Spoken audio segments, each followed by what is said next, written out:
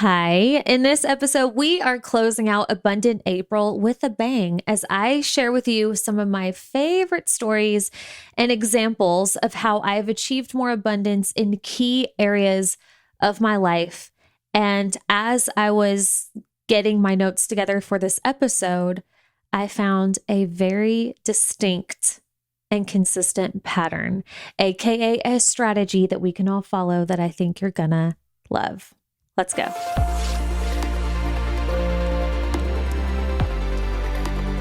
Welcome to All In with Ali podcast, the podcast for online business owners and entrepreneurs who are ready to create the life and business of their dreams. I am so happy you're here. I was not planning on recording today. My podcast team is gonna probably cry happy tears because I have been the worst. I have been like so behind on the podcast. And as I record this, it's a Thursday. This needs to go out on a Monday. And let's just say it's a few days earlier than what I've been getting it in. And the reason why, well, I was planning on recording tomorrow, but I went ahead and recorded now because I was just being interviewed on the influencer podcast with Julie Solomon. And I freaking love Julie. She actually lives here in Nashville, close to me. So we've become friends over the past year or so. She's incredible. I know a lot of you already follow her and listen to her show and follow her work. But this is no surprise, but the interview was incredible. She's just so good at what she does. And the questions that she asked were really powerful. And I loved the conversation. I'm excited to listen back to it. And you know how I feel about listening back to any of my podcast episodes. And that's all in praise of Julie and her professionalism and just what she does. So all of that to say, I don't know when that episode's going to come out, but I'm excited for you to hear it. But anyway, she got me fired up. Just like, because she was asking questions about how I got started and at different points of my journey when things were shifting for me. And, I obviously know these stories, but it's not like I'm thinking of them every single day. It's not like I'm telling these stories every day. So to go back and tell it from my perspective now and to remember the past version of myself and the girl who dared to dream a little bit and to take action toward that dream before she had any proof to put me here today. I'm just like, damn, I have mad respect and gratitude for that version of me. So anyway, it really fired me up. And I knew this is such a great way to close out Abundant April because now these stories are fresh on my mind. And Julie asked me specifically about Delulu. She was like, I know that, you're a big proponent for the term Delulu and you've talked about it extensively in your world. And, we talked about what that has looked like in my business and in my life. And I was just like, damn, that's how we close out this month for sure. Because when I think about the abundance that I've created in my life as a whole, not just business, not just related to money, but my entire life, it all started with a level of delusion. It all started with me having the audacity to ask myself, is this it? Do I want more? Do I believe I can have more? Okay, I'm going to go get it then. But a lot of the areas of my life that I'm going to be sharing with you specifically here, it's not like the writing was on the wall. It's not like it was a done deal or at the time I was like, yeah, Rick Ross, too easy. I got this. It was just like, I don't know if this is going to work, but damn it. All right, we're going to, what's the worst that can happen? It doesn't work. No, the worst that can happen is that I don't try. And I've always known that, which has fed my delusion and has got me here today. So today I'm going to share these stories. I'm going to share from the perspective of 3 different areas of my life: love, business/money, and health. And how a level of delusion in each area has created an incredible amount of abundance, of more of what I originally wanted in the first place. So I'm very, very excited about that. And also, right before this episode, I decided on something pretty big that some of you are going to be very excited about too. So, as you know, Abundant April leads into Money May, or I've shared this on previous episodes. It leads into Money May. And I've been playing with the idea of doing some sort of ongoing group for the month of May through the theme of money. And I haven't been able to figure out quite what that looks like yet. And I've had a few ideas. And then right before this episode, I just decided, and it kind of came to me, and I'm lit up about it.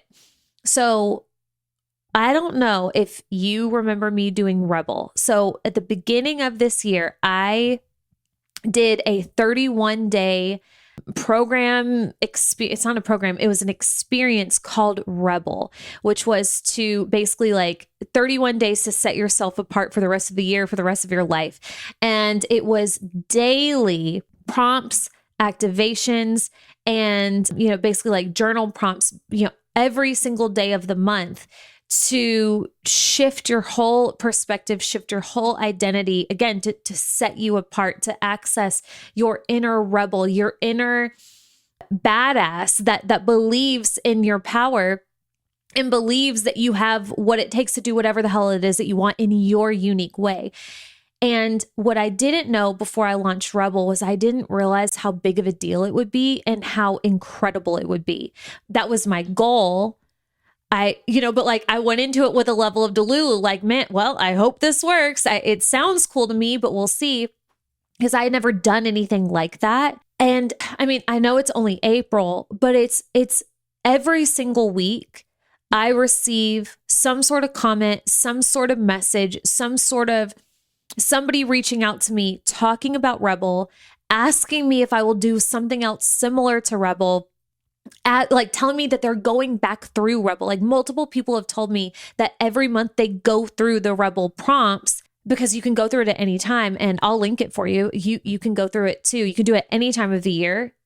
It's insane. So I just had the idea and the thought, well, if I were to do a Rebel-esque vibe for Money May, what would that look like?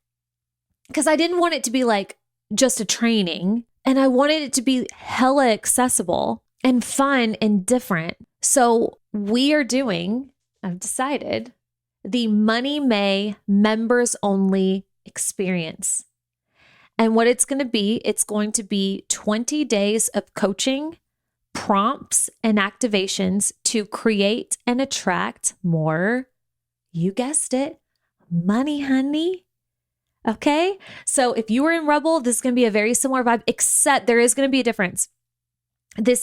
I'm going to do it either on Voxer or some sort. I want to do it on an app where I can actually like broadcast and do riffs for you. So we did not do this in Rebel. With this, there's going to be like daily riffs related to the creation and the attraction and the shifting your energy to be a match for more money. Doesn't that sound amazing? And here's the best part. Here's the part that I'm like the most excited about.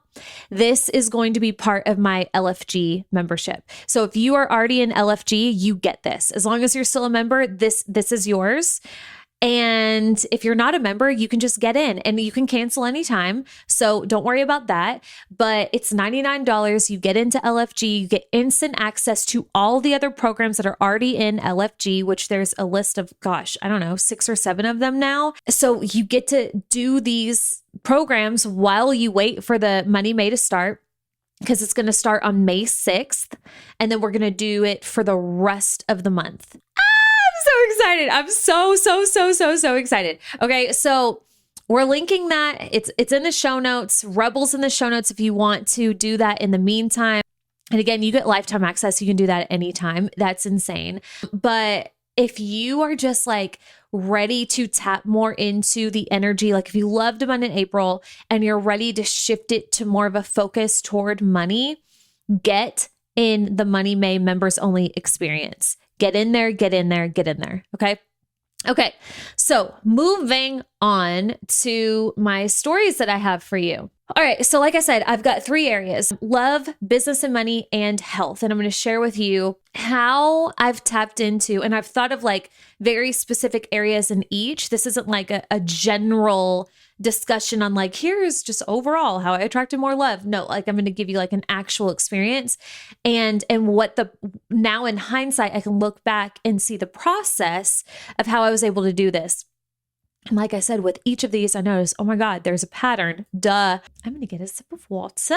Can you tell I'm excited? I swear, I have 2 modes. I have like me on crack and me on not crack, just like chill. I'm just excited. Okay. I'm not really on crack. Okay.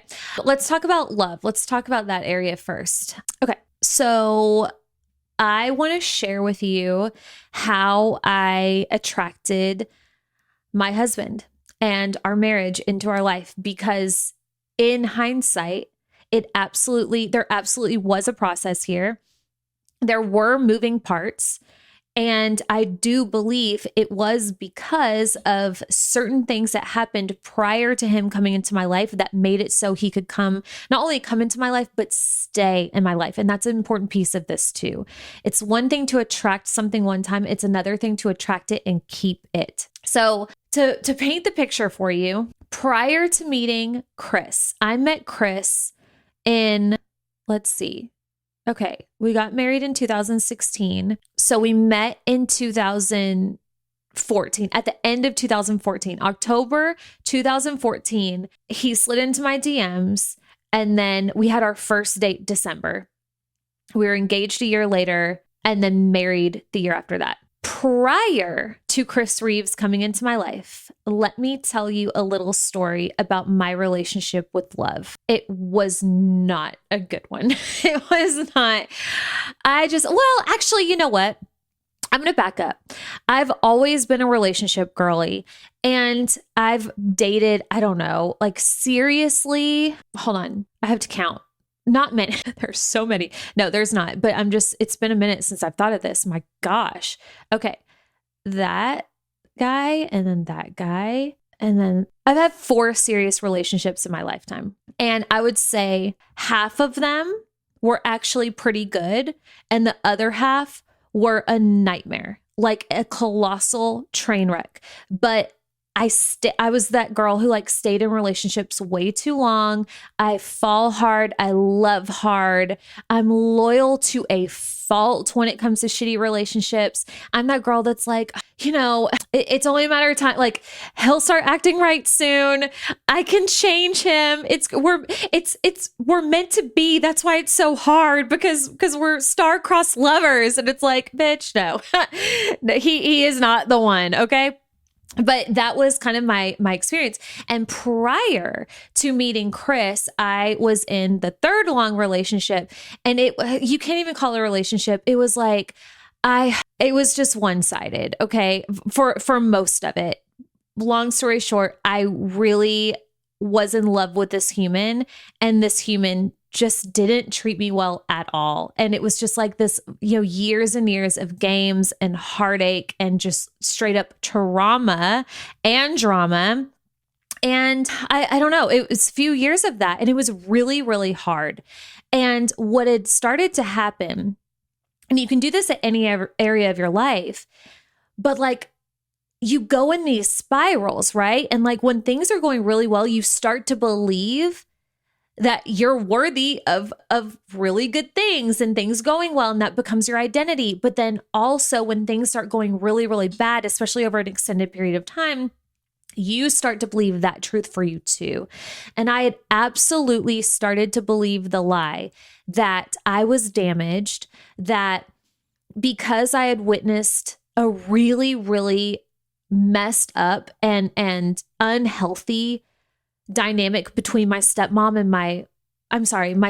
and my mom, I thought like I was destined to recreate basically the same dynamic, to like always be attracted to boys and guys that didn't treat me well. And like, I didn't think I was even attracted to a good guy. I was like, there's like, because it used to give me the ick. It was just like, I don't like good guys. I like bad boys. It makes me laugh to think about. Bless her heart. But I had started to believe that I was like, I'm damaged goods. I come from this like really shitty background. I'm never going to be the girl who's in the who can like maintain a healthy relationship, because I left a pretty really good guy who did treat me really well for this other guy. So I was like, see, I'm always going to self-sabotage. And I like started to create this identity for myself. And then I did this for a few years, and long story short, I started to like come out of it. I started to like gain some distance. You know, there were some periods where we had like put distance between each other, and we would always like come back. But in the distance, I started, you know, like taking care of myself and getting back, like getting my life back together, and making friends and having healthy dynamics and healthy relationships and seeing examples of healthy relationships. And then you just start to get tired, right? Like you get to this, call it a rock bottom moment or an F this moment or whatever. But like I had, it's for me, I'm stubborn. It took me a few of those. It took a few bangs against the head for my stubborn ass to finally be like, what are we doing here? I don't know if this is like, I don't think this is it. I'm starting to think there might be something else out there for me. And in these periods by my, you know, like with time and whatnot, I started to build my worthiness.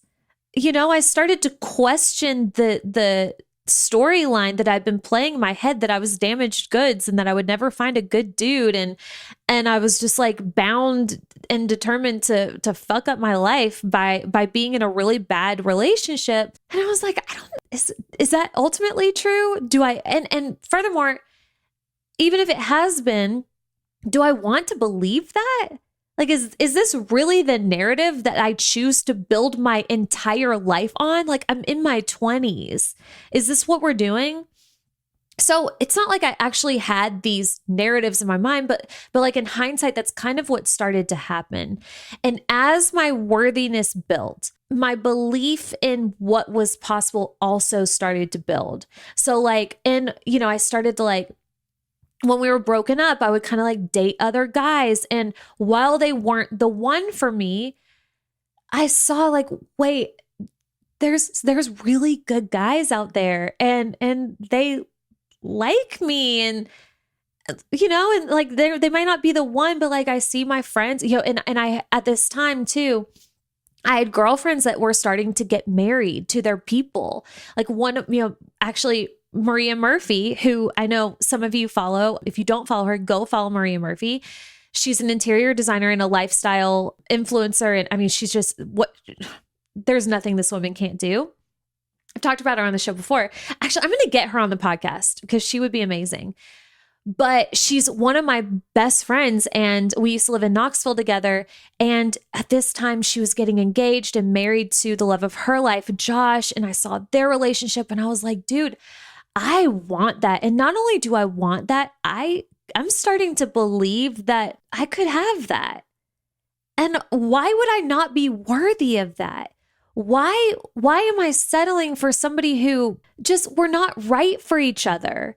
You know, like that's just what it can be someday. We just weren't right for each other. Why am I settling? Like, why am I trying to fit a square peg in a round hole? It's not, the math is not mathing, and it freaking hurts. So I start to build my belief. I start to like create this space. And I've shared this story before a few different times, but I was working one day and I came across this online article where this woman was talking about how she manifested the man of her dreams by writing a letter to herself.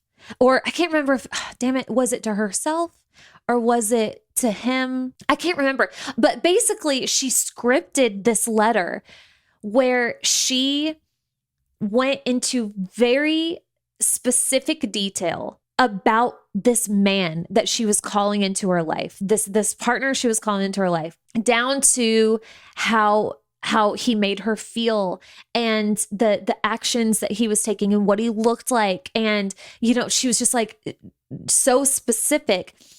And basically she wrote this letter and put it away, forgot about it. And long story short, she like met the dude a few months later. I don't know. It's been years. But I was so desperate at this time. I was in a chokehold and I was just like, I will do anything at this point. I will name it, I'll do it. So I went home and I did that. And I just got so specific about like how respected I felt and how loved and how cherished and how adored and how like I could depend on this human. And he wanted me to win and he wasn't manipulative and he wasn't like, I could trust him and, and like bonus points if he's tall and bonus points if, and it's just like, I was just having fun with it, but it made me emotional. I was like, oh my gosh. And, I was just like feeling these feelings in real time, what it would feel like. And what I didn't know at the time, now that I know the power of energy and what it means to manifest, I was calling this person in and I was feeling the feelings of what true love and a healthy relationship actually feels like. And I'll be damned if I did not put that letter in a top drawer and forget about its existence in entirety. And months later, okay, so I don't know what month that was. I remember it was really, really hot. I remember the day I came across this article. So it must have been the summer. And in the fall of that very same year, I was scrolling Facebook and a mutual friend tagged a picture with Chris Reeves. And when I tell you, the scroll stopped and I was like, who the frick is Chris Reeves? And we should be friends. And I shot him a friend request, didn't say a word. I was like, hey, we have mutual friends. I might move to Nashville soon. I was thinking about moving to Nashville. Maybe we can be friends. And you know what? We did. He sent me a message like 2 days later and the rest is history. And when I tell you, I designed that man, like, obviously I didn't, but if you were to read, and one of my biggest regrets is that I don't know where that letter is. It's gone. I don't know. Maybe like the fairies came and took it away and I don't know. It's gone. But if we could find that letter today, and I wish we could, God, please let it come up somewhere. But you would read it and you'd be like, you already knew Chris. You're not telling me you did not know this man before you wrote this letter, because it is verbatim to the T exactly who this human was. But that's not just it. Okay. So like, here's the thing. It's not enough to call it in, because Chris Reeve, like, he's amazing. I married the man, but prior to this and in the midst of this, there were other people who also flowed into my world. Good guys. Now, they weren't exactly right for me, obviously, but also I don't know for sure. It's hard to say, because I, like, in hindsight, how do I say this? I didn't behave as if I wanted it to stay. Okay. So this is how it would go. Good guy would come into my life, take me on a date. I'd think it was promising. Yay, this is so exciting. This is a good dude. Maybe like I could see like there might be some potential. And then what would I do? I'd get a little bored, right? Because in the beginning, like, you don't know yet. And I'd go right back to the ex every single time. I used to go on dates with good guys and then like go see my ex after. Have you ever done that? Like that's what was happening. It was not cute. It was not healthy. It was not cute, but that's what I was doing. And then Chris Reeves came into the picture. Now I will say something was different. And actually, let me say this, time out. Because it wasn't like sparks were flying. It wasn't like the clouds parted and God was like, this is your husband, treat him as such. It was like, I liked him a lot. He checked all the boxes and he was funny. Like we had a really good dynamic, but you guys, our first 2 dates weren't that great. So, and not only that, we were doing long distance. So it's not like we could see each other a bunch. We would talk a lot, but I had every single opportunity to repeat the pattern that I had previously done before, which was, I don't know where this is going. It's like, I don't really feel the sparks flying. I'm bored now and you know how it works. Like when you move on, that's when, that's when they want you the most. So like I had the opportunity, but for some reason I was like, I'm not doing that. I am not doing that. And the minute I went on a first date with him, blocked, moved on. We're done. I can't do this anymore. Done. And I closed it down. I shut it down and I never opened the door again. And there were times where it was hard because that's what I had known because of the habits, right? And this is like, you can apply this process, and we're about to do it to 2 more areas of life. You can apply this process to anything, but there's a difference between calling something in, getting the opportunity, it being in front of you, and you've got to keep it. You have to remain a match of that thing to keep it. And I truly believe the reason why I got to marry Chris Reeves is because I acted as a match for him. I rose to the standard of the level of relationship that he was bringing to the table. He didn't play games. I didn't play games. And here we are today. And I realize everybody has different stories or whatever, but that's where the momentum built. And that's where, things took off from there. That's where the abundance of love came in. And it all stemmed from an initial Delulu thought of what if I could have that? A Delulu thought, while I am in the trenches of one of the most heart-wrenching relationships I've ever been in my life, having the audacity to look at another couple and being like, maybe I could also have that one day too. I don't know with who. I don't know how I'm ever going to get out of this, but one day, maybe one day. And that's how that happened. So there's one example for you. Okay. So you see, here's the pattern here. Worthiness, some sort of identity shift where we start to question, right? We're questioning, is this really the pattern that I choose to experience for the rest of my life? Yes or no? A level of Delulu, right? I had to believe or somewhat start to believe that I could have the love that I wanted prior to it coming in, prior to it staying and proving that for myself. But I had to believe it to actually pursue it, to actually stay in the relationship. If I didn't believe I was worthy of it, then I would have just repeated the old pattern. And then, making the space for it, taking the time to actually, let that thing come in, calling it in, being specific about what I wanted, and then being able to hold it, which created the momentum and the flow of even more abundance of that. Okay. That's our pattern here. So that's my little love story. Now, business and money. Let's shift gears.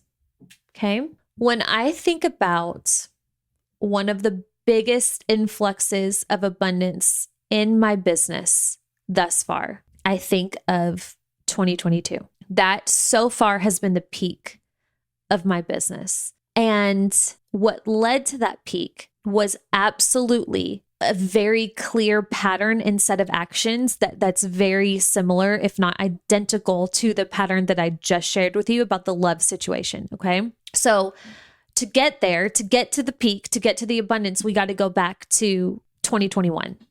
All right.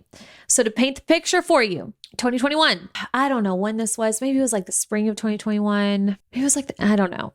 Anyway, somewhere around 2021, maybe the end of 2020. I was I've always had big goals in my business and wanted to make a really big impact. And I somehow got wrapped up in this bro marketing coaching situation where I got mixed up with these dudes who they were cool. Some of them were cool. And basically hey, we love what you're doing. Let's 10x it. Okay. And their style was the ClickFunnels style approach. Where we're going to take a product and then we're going to create a masterclass to lead to the product. Your signature program, we're going to create a masterclass. We're going to run ads to it. and then you're going to be a millionaire, in like 3 months. And I was like, totes, let's go. And by the way, this strategy works. It works for a lot of people. There's a reason why there's a ClickFunnels and why this is a thing. But what I couldn't have known at the time was this was not my kind of strategy. This was not my way of running business, but I didn't know that. And it taught me a very, very, very valuable lesson. But long story short, this was a good, 6, 8, 10 months of my time trying to fit myself in this box of a strategy.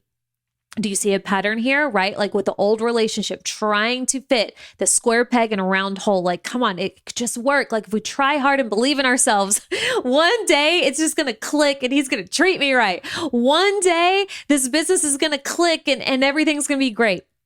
But the whole way through, and I think this is how it doesn't feel good. You might have like some exciting days, but overall it's like, that your gut, your intuition is just like, girl, this is not it. But sometimes you get so deep, right? You get so deep in the trenches. It's like, I've spent this much time. I've devoted myself. I'm here.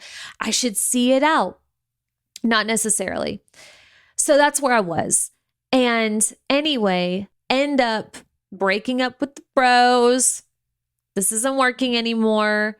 Kind of had to like pick up my business off the ground and decide like, well, shit, what now? Well, the cool part about this is I had been so like in this box, like wrapped up in this box that I basically like set myself free and went a little crazy a little bit. And I was like, moving forward, I'm running my business my way with my messaging, what I want to sell, who I want to sell it to. I'm going to talk about this. I'm going to talk about human design. I'm going to talk about money. I'm going to talk about manifestation. I'm going to talk about periods.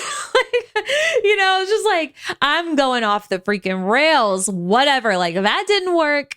And now we're going like polar opposite. And it was like, kind of a little renaissance for myself. Like I'd like come back alive. I had let the genie out of the bottle a bit. And through this, I started building momentum in my business. Things started clicking.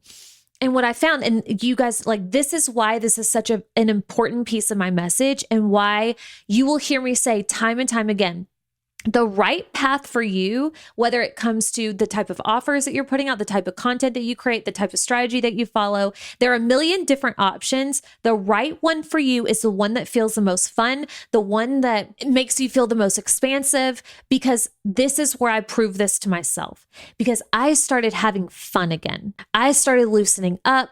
I started just like being so much lighter about it, letting go the big money goals and just being like, okay, we just need to get back to like why I started this in the first place. And damn it, if all of a sudden people didn't start coming through the woodwork, it was like I was speaking a different language and all of a sudden the people that I wanted to work with could finally hear me. That's what it felt like. And this momentum started building, okay? Now, of course, and this is how it happens. When the student is ready, the teacher appears. And the student was ready. And this was when my mentor, who you guys know I talk about often, Melanie Ann Layer, this is when she entered my world. She came into my level of awareness. And I saw her and I was like, that's my girl. The way she was running her business, the way she intuitively was speaking and just everything. It was just like, it was so opposite end of the spectrum of what I was used to. But I was like, that's it. Like that's what I want to do in my way. And she was blazing that trail. So now just like, again, paint the picture and give you the context. We are in, let's say like summer, fall of 2021. And I'm in her world and I'm like really starting to build the belief of what's possible for me. I'm like, okay, I see the proof. If she can do it, so can I. I'm doing it in real time. I'm following my gut here and what I want to create, who I'm speaking to. Basically like the momentum is building. And there were two distinct things that happened around this time that in hindsight were pivotal moments in not only my identity, but like what I ended up attracting, the abundance that was attracted from these identity shifts at these times. So the first pivotal moment that happened is this was like September 2021. Chris and I were in a meeting with our CPA and going through numbers and whatever. And he basically looked at me. He was like, so Allie, what do you think you guys are going to do for like, as for my business? He was talking about my business. What do you think your business is going to do revenue wise in, this year in 2021? And I looked at him dumbfounded. And I genuinely like, this is how expanded I was, because I literally like his words. I looked at him like he was stupid. And I was like, I don't know if you know this, but like, it's September. There are 4 months left in the year. And he was like, what are you on track to do? And I was like, well, I'm on track to do $300,000, but like, I don't go by, do people still go by that? Do people like stay on track? Ew. Like I could not fathom that he was asking me this question. And he was like, well, do you want me to put down 300? I was like, I mean, you can, but that's arbitrary. Like literally tomorrow, anything can happen. What do you mean? Like, how do you not wait, is this how y'all think? This is so, I mean, it was so, this was my level of belief. And I was like, you can, but I'm probably going to do more than that. I'm probably going to do like at least 400, if not 450. And these men looked at me like I grew two heads and also like I was Queen Delulu. And they were like, okay, sweet girl. Sure. Wink, wink. We'll put that down. And I was like, oh my God, whatever. I'll show you. We closed out the year with $506,000 in revenue that year. I made an extra $200K after that conversation that I didn't know where I was not planning on it. I was not like, I was just doing the damn thing. Okay. I was fucking flying. So that was one moment. It was like, okay, I see what happens when I bet on myself. I see it. And I also saw, it's not that like Chris always believes in me, but we go about things very differently. He's very logical, like 1 + 1 = 2. I'm like 1 + 1 could equal 1,000,000 depending on what happens between the, we come at things differently. So anyway, I also saw what happens when I'm willing to be the only one in the room who believes in what I've got going on. So that was really powerful for me. Fast forward to the end of the year. I'm closing down the year. It far exceeded my expectations. And up until this point, I had been wanting to join a mastermind. I'd been feeling into like wanting another coach again. When you know it's time for a coach, you just know. I'm not one of those people that says like, you should always have a coach. But for me, I just know when it's time. And I was feeling as if it was time. And like I'd said, I've been in Melanie's world now for a good 6 months. She was my person. She was on the vision board. She was it. But prior to this, I had inquired about the investment of her mastermind, Unity Mastermind. And when I got back the investment details, I about fell out of the chair onto the floor into a grave, because never in my life had I ever prior to that, I paid a literal a third of that for coaching. And by the way, they were like, and it's a year-long commitment. So like you're in for 12 months. This is the investment. Okay. Which was like over $15,000 a month. So I was like, you know what? Okay. I believe I will be there, and I'll probably get into the mastermind probably this time next year. So like September 2022, I'm claiming it. I'm going to be there. And something about that, I was like, oh, but I want to be in there now.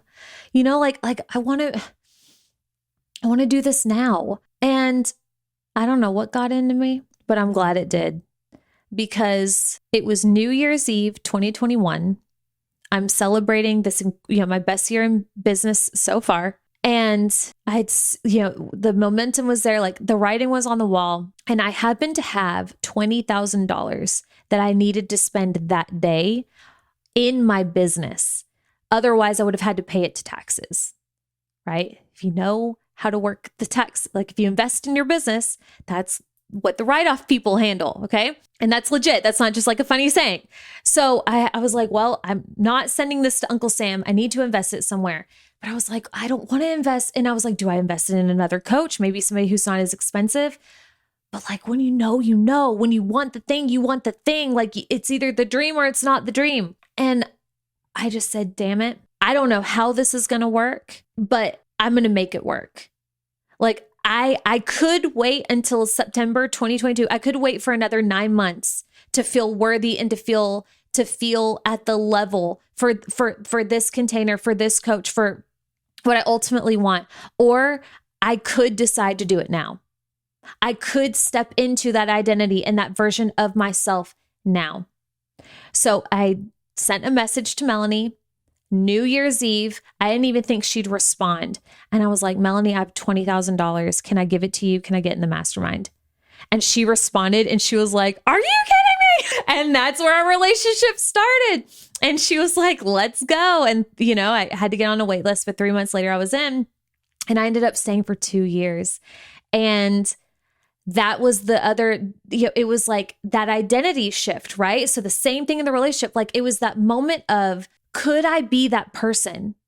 Like there are women out there who play this level of the game, who invest at that level, who can hold that level of overhead and business to handle that. There are women who, and at the time I couldn't even fathom.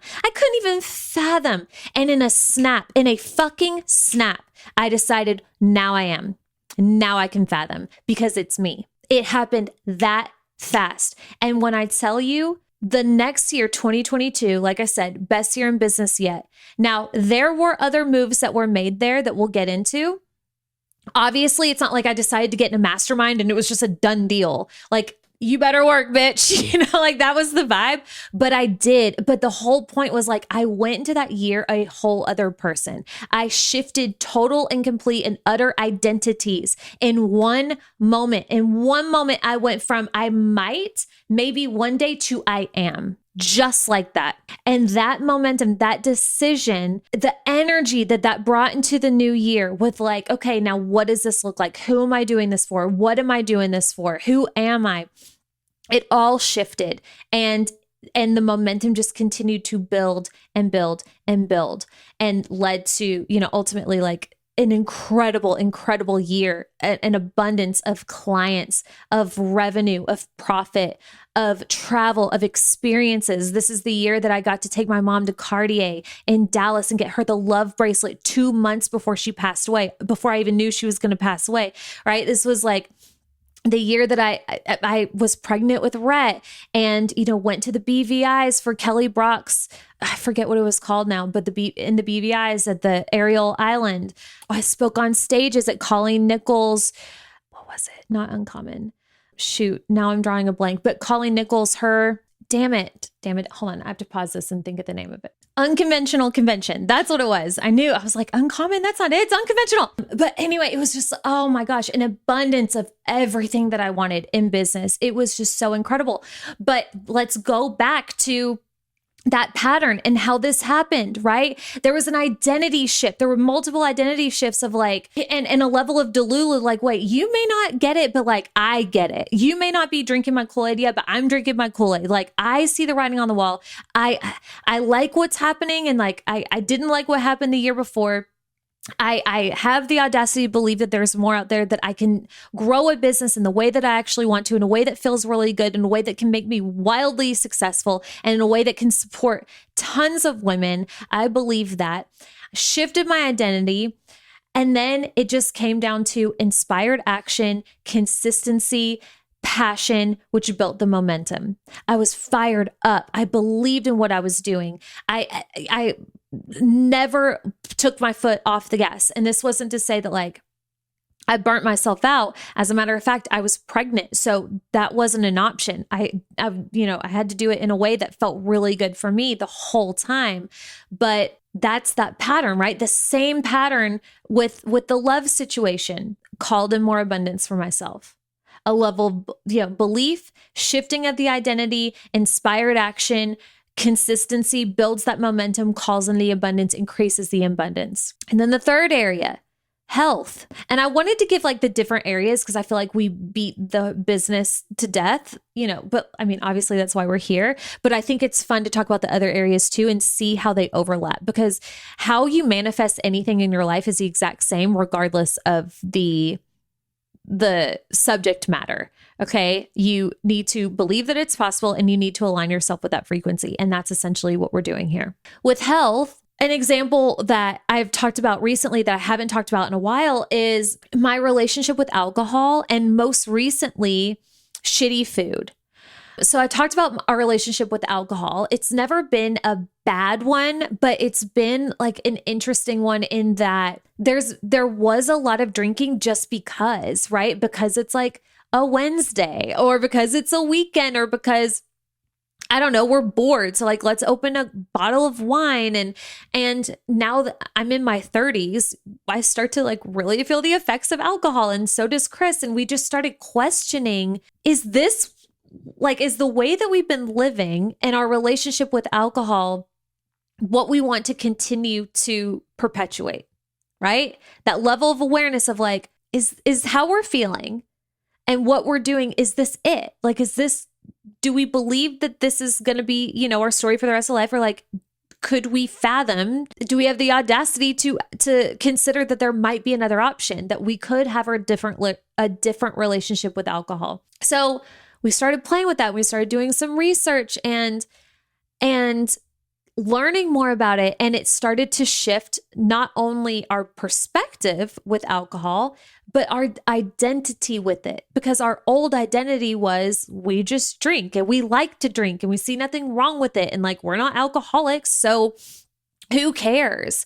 It's fun. It's nice to have a glass of wine at the end of a long day. That's like what I've always known, that's what I saw my parents do. That's what I see people in movies do. So like, isn't that what everybody does? And it's like, it doesn't have to be that way. So these things started to shift, and again, I started seeing more results of where it wasn't working for me, specifically with obviously how I was feeling, but also the effects of my business and the brain fog and also like my kids seeing it. It wasn't feeling like the choice I wanted to make anymore.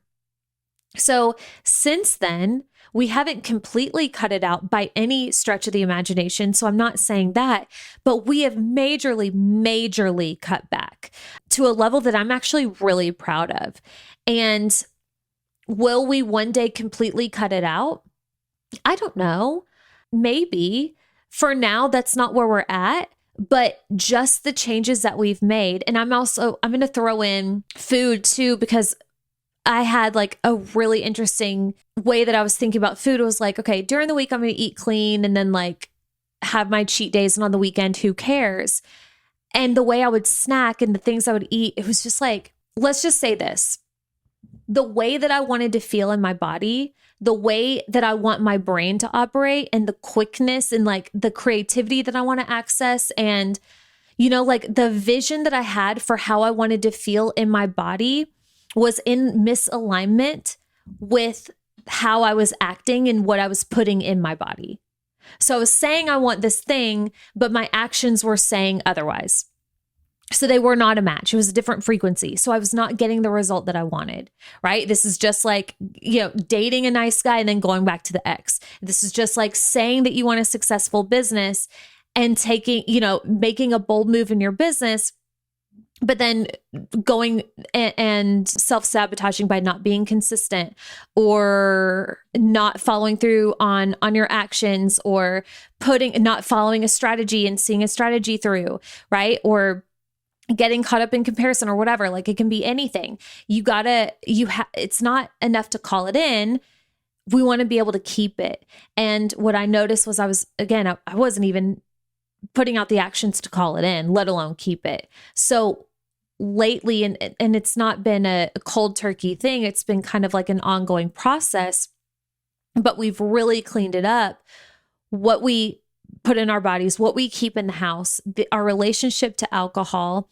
And the result is I have seen a very clear, distinct difference in the way that I feel, and in my health, and in my sleep, and in my my God, the clarity of my mind and the quickness of my mind. I'm like, I'm going to give myself some grace because I also haven't really been sleeping that great in the past few months because I had a baby and we were co-sleeping, and he's finally in his own bed and he's sleeping through the night finally. So that was part of it too. But like how I feel today is not the same human, like night and day different than how I was feeling even 2 weeks ago.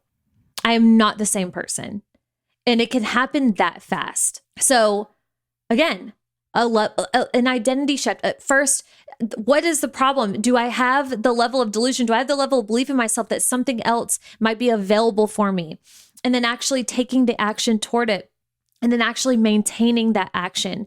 And then what happens is you start to identify yourself as a healthy person, as a person with a healthy relationship, as a person with a healthy business and a healthy relationship to money. Then that just becomes who you are. And then we don't need to identity shift anymore. This is who you are. The abundance keeps flowing because you are a consistent match to it. Not to say there won't be seasons. And of course, there's new levels to everything. There's going to be another level of health that I'm going to want to achieve.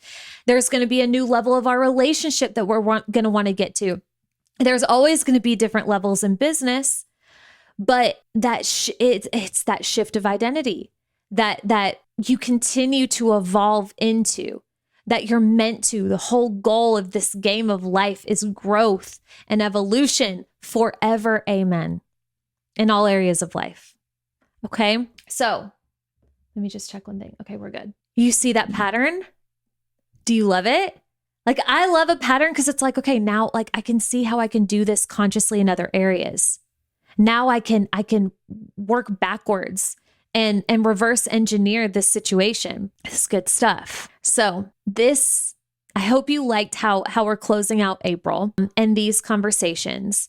If you have not listened to the previous 2 episodes, okay, the first 2 episodes ago was how to instantly see more abundance in your life. And then last week's episode was how to instantly create more abundance in your life.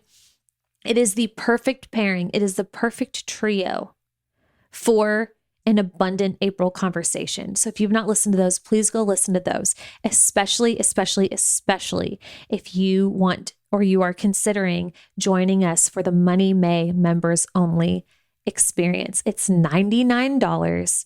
You get instant access to a ton of other classes that I've already done throughout the year that you can do until May 6th to prep you, to get you fired up. You can cancel anytime, but stay in during May. So obviously you get the full Money May experience. This is going to change your life. This is going to change your life. It's going to change your relationship to money. It's going to change your point of attraction to money. It's going to change everything. And it's going to be fun. And it's going to feel good. And I'm so excited. Okay, so I'll put it in the show notes. I think that's all I have for you. And the last thing I want to say is just thank you. Thank you to all of you who are new, who are new to this space and giving me a chance, because I just so appreciate your time. And I know what it's like to listen to a new podcast and you're not sure if it's going to be worth your time.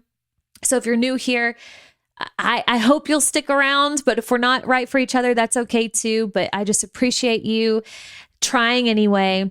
And if you've been a listener for any amount of time, I cannot thank you. I cannot thank you more. This podcast is a joy of my life. And I have so much gratitude for it because it's been such an incredible outlet for me. And the level of impact that we've made through sharing the stories, through the women who have also come on this podcast, is genuinely unfathomable to me. When I sit down and try and think about it, it's so crazy, like the ripple effect of the conversations that we have here. So I just appreciate all of you, because if you weren't listening, I wouldn't be able to do this. You know, I do this for you. So thank you for just listening and being here. And if you're still listening, I really love you. So anyway, I love you. I'll see you next week. Bye.